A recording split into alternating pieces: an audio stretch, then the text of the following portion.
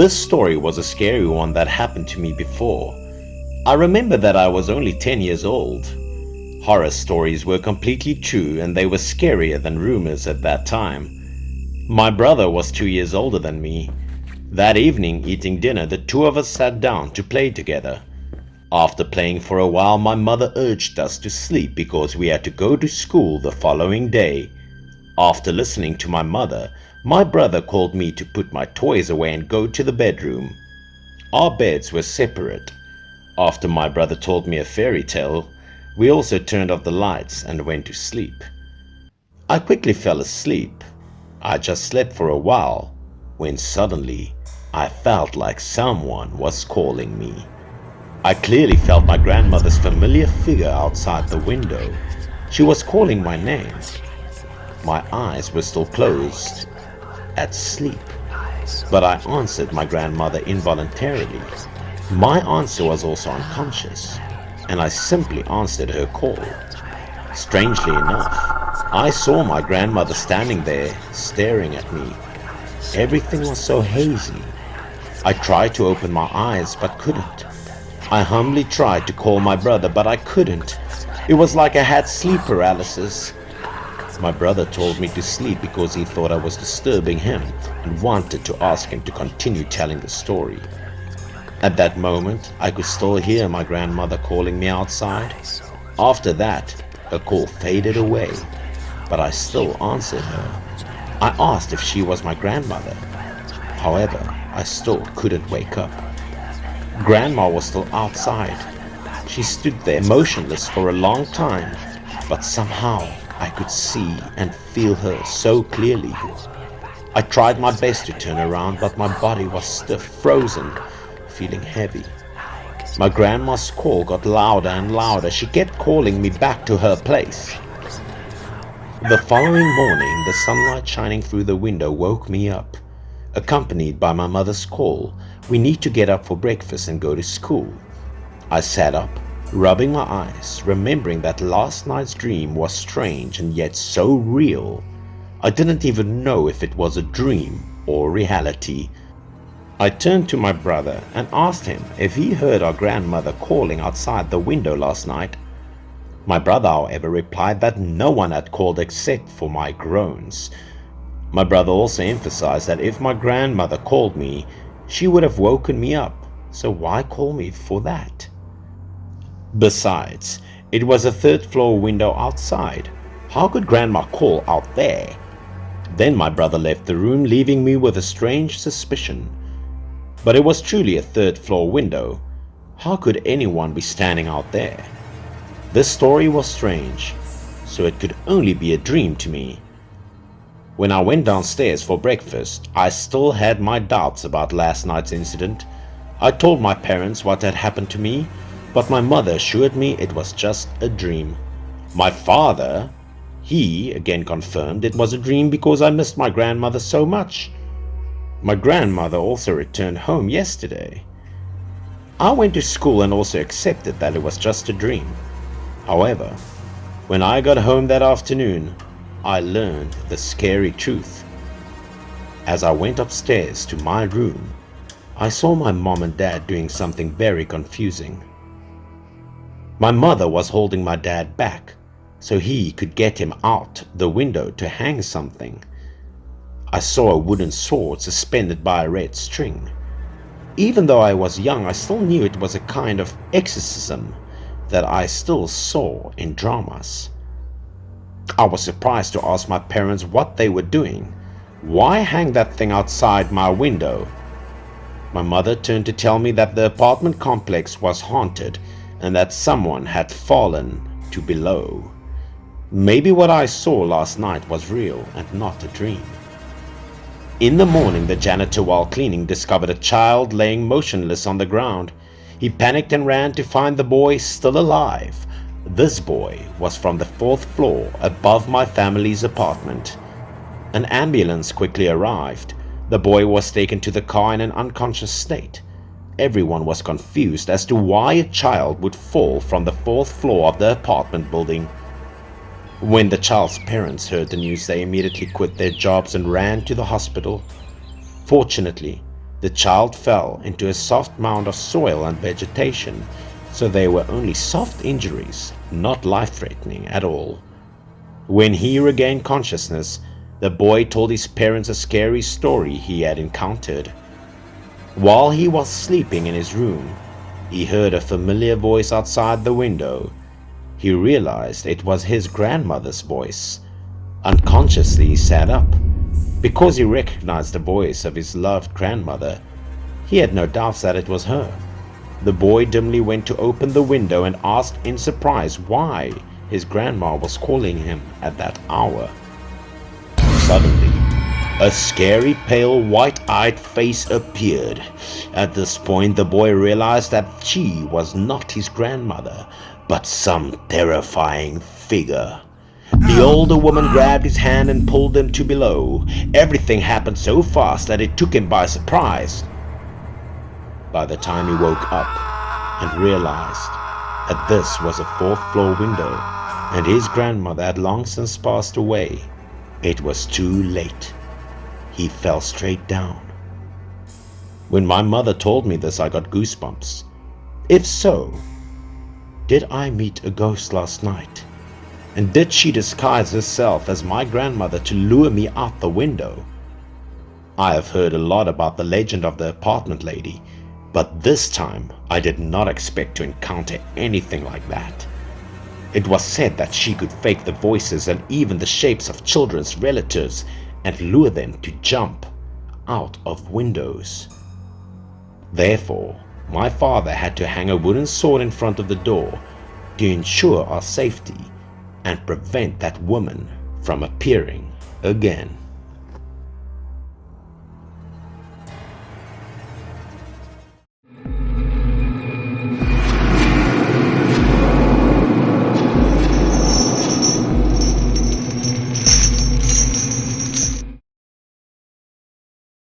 This story is a true one I witnessed and which haunts me to this very day.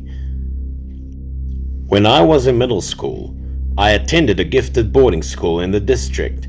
It was also the first time I had to live away from home and be independent.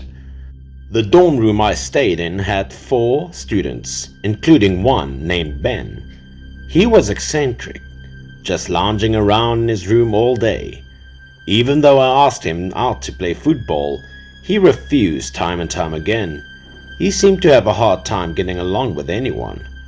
Over time, we also became afraid of him, but he was the one who wanted to isolate himself, not because we shunned him. What was stranger was that he just liked to sleep all day.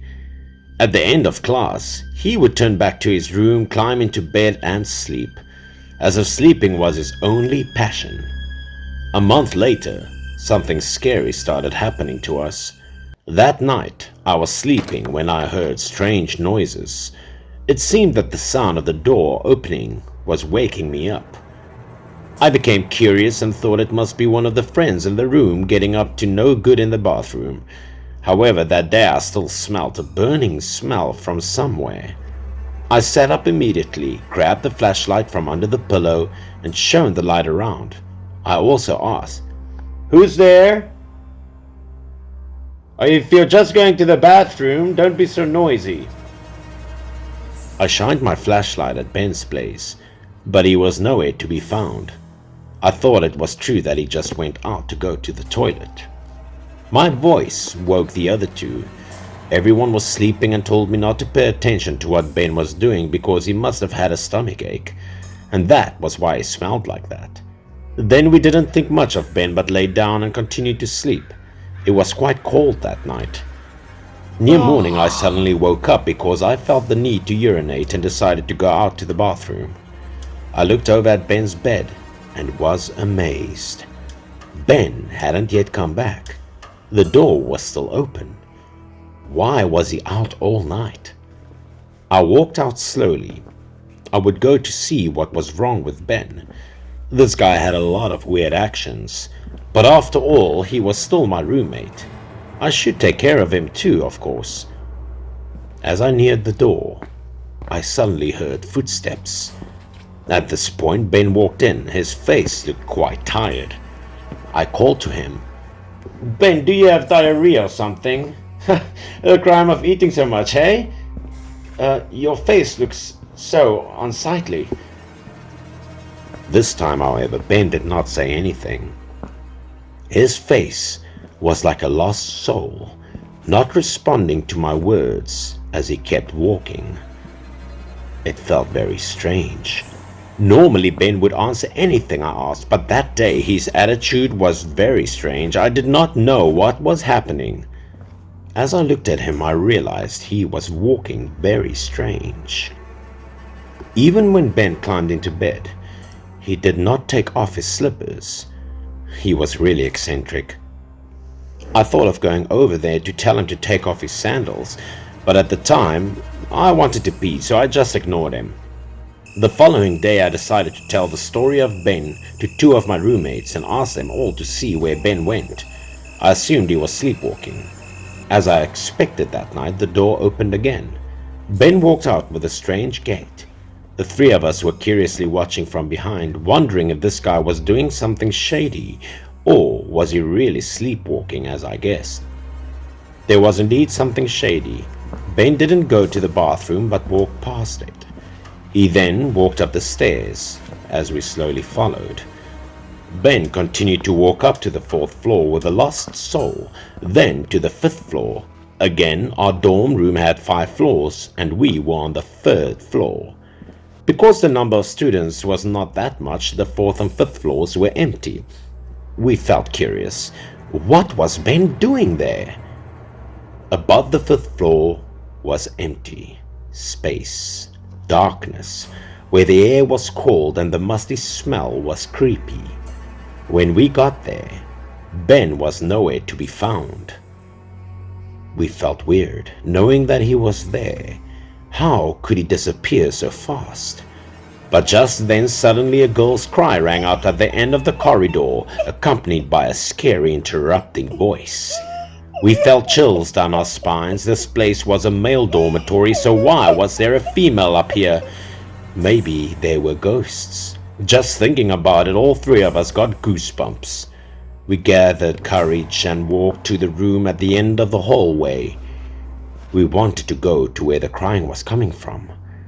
I thought that maybe Ben was hiding some scary secret. In the dim darkness, 2 black figures appeared by the window. They were facing the window and with their backs to us. I recognized one person as Ben, but the long-haired girl beside him, we didn't know who she was. At this point, we understood and looked at each other and smiled.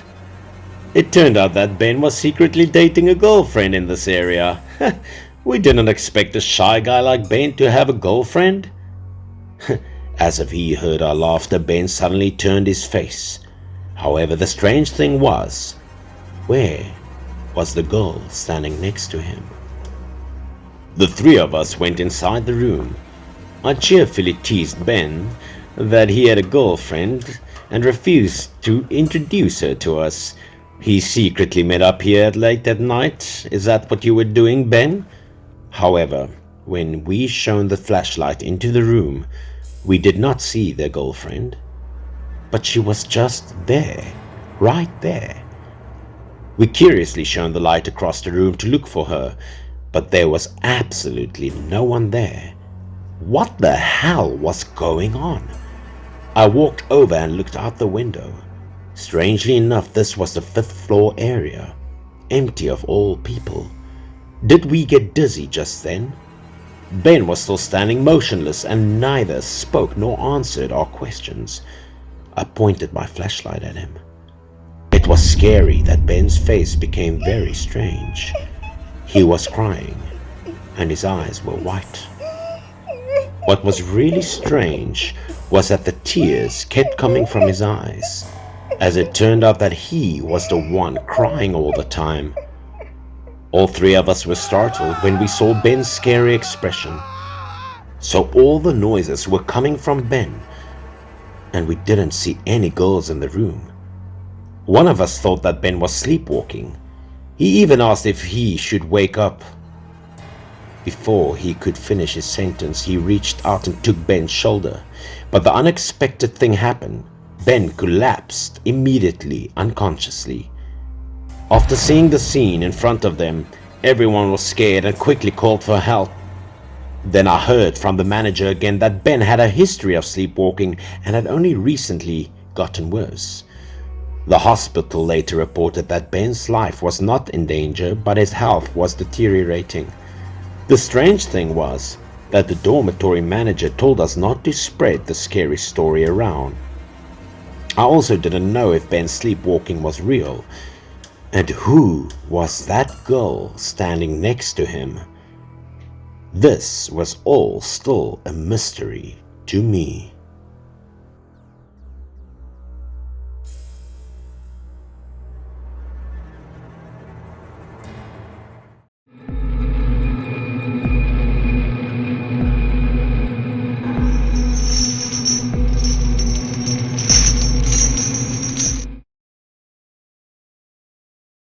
This story is about something that happened 10 years ago in my village.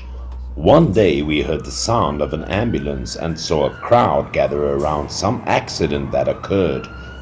The person lying on the stretcher was Mr. Kim. No one knew why he fainted. In the early morning, people heard a very loud scream coming from his house. The villagers expressed suspicion, and yesterday they also saw him bring back a very large ceramic jar from somewhere.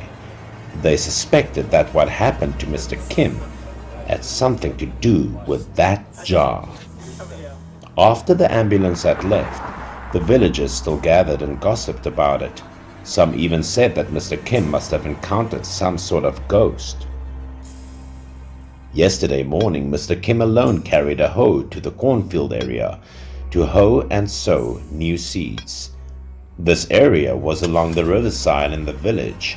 The land was barren, only suitable for growing corn, and Mr. Kim was plowing the land with great enthusiasm. Suddenly the handle of the hoe seemed to hit something. Mr. Kim stopped. He discovered something underneath. To prevent the hoe from breaking the object below, Mr. Kim used his hand to dig up the soil. Suddenly he was surprised. Below was a black ceramic jar. People like Mr. Kim knew very well that this was an antique jar because the local government had reported that his village area had many antiques, and people who could dig antiques were going to be paid a huge amount of money.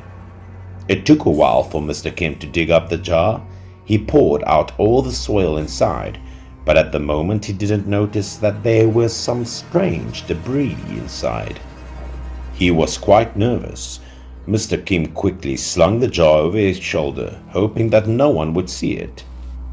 Then he took it home, full of joy because this time he believed he was gonna get rich. When he got home, to prevent some snoopers from stealing the jar, Mr. Kim left it in the living room. That night, Mr. Kim lay awake thinking about what he would use the money for after he made his fortune, because he was so happy. He lay tossing and turning. His wife also urged him to go to sleep. At midnight, suddenly Mr. Kim smelled something rotten. He placed his hand on his nose because the smell was extremely bad. "Damn it! What's that smell? What stinks so? Did you fart?" Suspecting that his wife farted, Mr. Kim loudly asked her that. However, at this time his wife was also sleeping deeply. Just then, suddenly Mr. Kim heard someone's gasp coming from somewhere. Even stranger than that was when Mr. Kim heard the breathing sound coming from the living room. He started feeling worried. Could a thief be breaking into his house? Or are they intending to steal the jar? Thinking about that, Mr. Kim got out of bed. He reached for a flashlight to go out of the living room to check it out. As soon as the door of the living room was open, there was a hazy fog around. The inside of the living room was empty. There were no strangers at all. Mr. Kim looked around, not knowing where the breathing sound was coming from. The stench still wafted around the room. He covered his nose with his hand. The smell was like the smell of a dead rat. He didn't know where it came from. At the moment, suddenly there was a groan from the jar, which caught the attention of Mr. Kim. What was even stranger than that was that something black was protruding from the top of the jar. Mr. Kim was very surprised. The rotten smell was coming from this jar, but it was clear that when he bought the jar, he had already poured out all the sand and soil inside. At this moment, he felt curious, so he approached the jar to check. Mr. Kim pointed the flashlight towards the jar. What was that black thing that appeared to be protruding from it in the dark? Right after that, he suddenly became terrified and speechless when he witnessed what was going on. A human head was protruding from the jar. Groaning came from it. He was now numb with his legs, Mr. Kim. He raised his eyes to look inside the jar, inside the long hair that covered the face. The face looked up at Mr. Kim, blood oozing from its eyes. A very scary picture. Mr. Kim shouted. The head also slowly emerged from the jar as Mr. Kim was so scared that his face became pale. He fell on his back for the first time in his life. He witnessed such a terrifying scene. The head emitted a stench accompanied by lifeless eyes. The mouth gradually opened wide. When it screamed, there was no tongue inside. Only then did Kim realize that inside that jar was only a moving head. He knew that he had encountered some sort of ghost, and the crumbs he spilled in the morning were his ashes, which made him even more terrified and worried. Then he felt his surroundings darken. The stench was still around, until his wife found out and called an ambulance. Later, Mr. Kim was discharged from the hospital. He was severely psychologically affected, but only for a while. The government also came and took away the jar because it was an antique dating back to ancient times. In the old days in Korea, there used to be scary customs that punished criminals. Some of them were death by jars containing poison. The victim would slowly disintegrate and die painfully when immersed in a jar. Because the stench was still clinging to his house, Mr. Kim decided to invite a shaman to come and banish the evil from this house. Unfortunately, his dream of changing his life was officially extinguished by that very scary experience.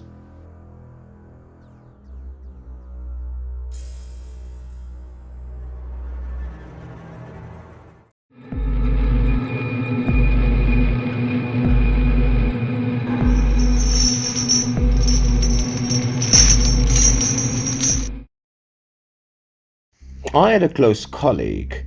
She was like a sister to me, and her name was Aki. Suddenly, one day she asked to take a week off because she was not feeling well. When I visited her, she told me a scary story that affected her mood. A close friend from her hometown named Yuko loved the guy in town. However, they broke up as soon as she announced she was pregnant. Because of this pregnancy, Yuko got a bad reputation in the village. So Aki returned to her hometown and invited Yuko to the city to live with her. Aki comforted Yuko that she didn't need to stay in a place that caused her so much sadness. The apartment that Aki rented was also quite spacious. It was sad to be alone. When Aki lived with Yuko, it would definitely be more fun. Stepping inside the apartment was clean and comfortable. The apartment space also made Yuko feel more comfortable. Aki said that the owner of the apartment was her cousin. They had just moved to the US, so they rented this place for her. This area was safe. Recently, a hotel had just posted a job advertisement. Aki said that they would take Yuko to the hotel to register for work. And so, the following day, the two started a new life in the new apartment. That night, Yuko came home late from work. She walked home alone. The air around was also quite cold. However, Yuko was also quite used to working late at night like that. She took heavy steps up the stairs. It was very late, so there was no one around. When this apartment had many elder people living in it, it was quiet at night. Everything was so quiet that only Yuko's footsteps were heard. While Yuko was walking warily, she suddenly heard a voice calling from behind. Normally she wouldn't notice, but the voice was calling her name. She instinctively turned toward the source of the voice calling her name. However, the hallway was empty and no one was behind her. This made Yuko feel scared. The call got closer and closer, and it caused her to panic. She began to tremble with fear from the increasing number of screams around her. As Yuko lifted her head to look up, a terrifying scene unfolded before her eyes that made her legs go numb. Right above her head was a woman floating in the air, looking downright terrifying. This woman was wearing a red dress. Her eyes were white, and she was a corpse. Yuko screamed in fear. It was the first time Yuko had seen such a terrifying floating corpse in her life. Yuko tried to run fast forward and opened the door to quickly run away and inside her apartment, but her eyes were still closed because of the terror. As soon as the door slammed shut, Yuko gasped for air. She still couldn't believe what she had just encountered. The ghost scared her to the point of turning pale. Aki saw Yuko's frightened expression and showed a surprised one. Aki asked her what had happened. Yuko then stammered to say that she had met a ghost. It was a ghost in a red dress that was terrifying. Aki was surprised and asked if it was the red dress ghost. In the past there were rumors of hanging ghosts in this apartment building, but it was just a rumor. Why was it true? To prove her point, Aki opened the door and looked outside, but there was absolutely nothing. Aki said that maybe because Yuko was tired from work and pregnant, she was just hallucinating. But then Yuko claimed to have seen very clearly, even hearing the ghost's voice. Everything couldn't be an illusion. Aki reassured Yuko again and advised her to take a bath to relax and then go to bed to get a good night's sleep. That night, Yuko stayed in the bathroom for quite a while. Maybe she needed to relieve her stress from what had just happened. After bathing, Yuko also went to bed. She felt that today was too heavy for her. Suddenly, a voice spoke again. Yuko felt panicky. Why did the voice appear in her room? It was calling her name, calling her louder and louder. At the moment, Yuko seemed to be dead. She felt a pair of legs hovering above her head. Yuko's face turned pale, trembling as she looked up at the source of the voice. She seemed to know what she was about to witness. However, something still urged her to try to raise her neck to look up. Horrible.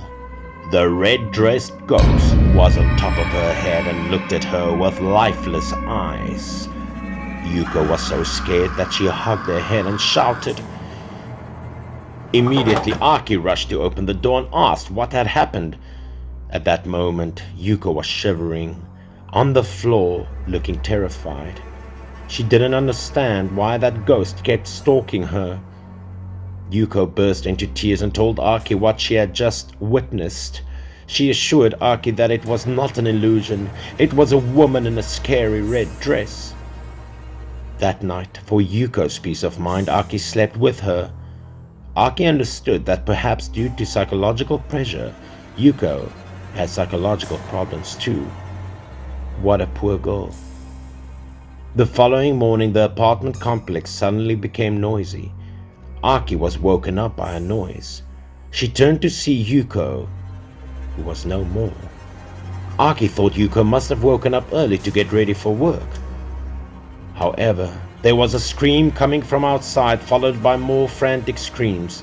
Aki was startled, not understanding what was going on. She immediately ran outside and asked the people nearby what was going on. The man told her that someone had committed suicide. Right on the stairs, a woman in a red dress was hanged. Her long hair fell to cover the girl's face. When Aki saw the creepy scene before her eyes, she couldn't believe it. It was Yuko. What horrible news! Why was she hanging herself in a red dress? I comforted Aki and said that maybe Yuko was too stressed from pregnancy and the breakup with her boyfriend. So maybe she came up with that woman in the red dress because maybe she had been contemplating death for a long time.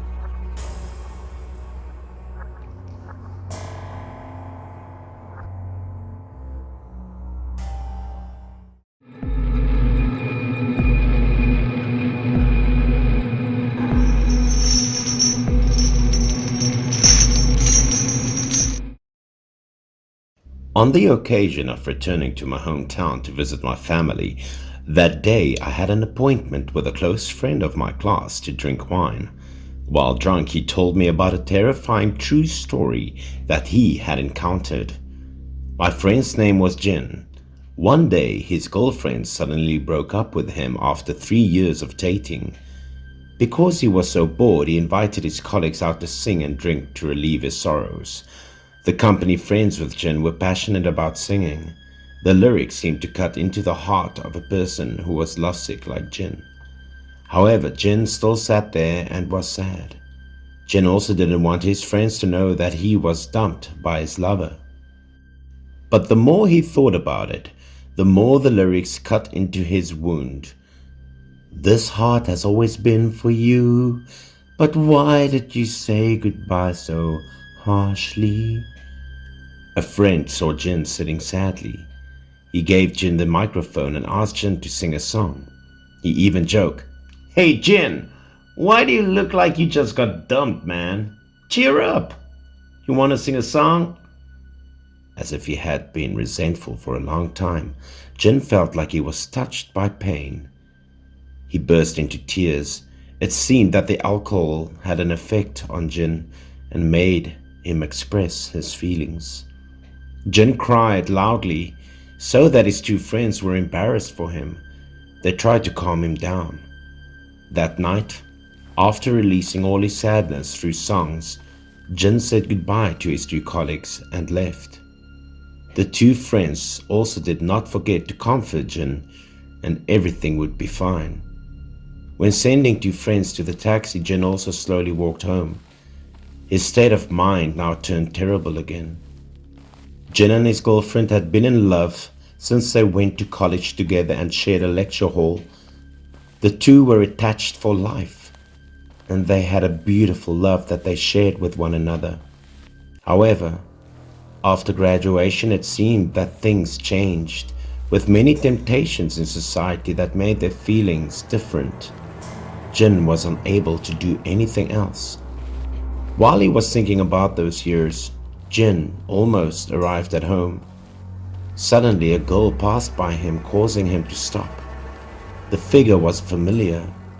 He turned his head to look. The figure looked back. Was that his girlfriend? He looked quite surprised. Jin thought that maybe his girlfriend went to his house to see him and wanted to come back with him, but because she couldn't find him at home, she returned. So just as he was about to chase the girl, turned right. Jin paused for a few seconds and then decided to go after her. He ran to the end of the alley, but it was strange that the girl went so fast. There was only in the darkness in front of the alley now. No girl. Without hesitation, Jin shouted his girlfriend's name and quickly chased after her. He was afraid of losing her again. Emotions running high, Jin tried to chase after her in the hopes of catching up and telling her how much he loved her, how much he missed her. However, strangely enough, the more Jin chased after her, the more she was nowhere to be found. He did not know where she went. He looked around and wondered, where did she go? The place was a dead end. While thinking that maybe he was blindsided due to drunkenness, Jin suddenly saw a bill in front of him. It was a large denomination bill. He paused for a moment with the idea of whether to pick it up or not. However, he didn't understand why he didn't want to pick up that bill. Something urged him to prioritize finding his girlfriend first. So he ignored the bill and went ahead. He continued looking for his girlfriend. Suddenly a loud noise was heard right behind Jin. A glass door fell from above and the glass shattered, almost falling on him. He jumped forward in a panic. When he turned his head to look, his heart skipped a beat, as he just escaped an accident in an instant. The other window glass fell right on the bill's spot.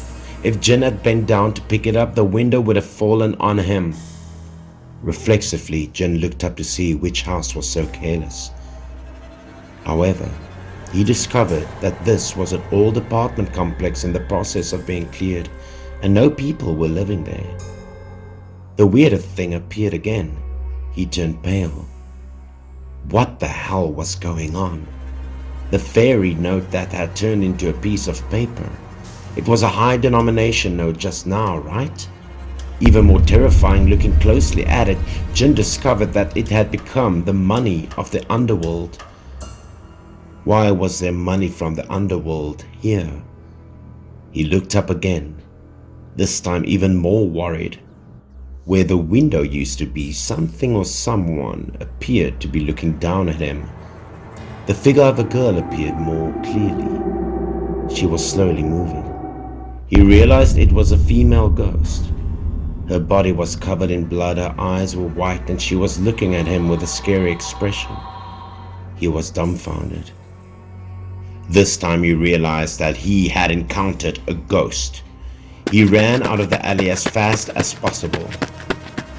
The following day, Jin went to inquire around and learned that just last week in this area, a girl was kidnapped by a pervert and brought to the apartment complex that was about to be cleared.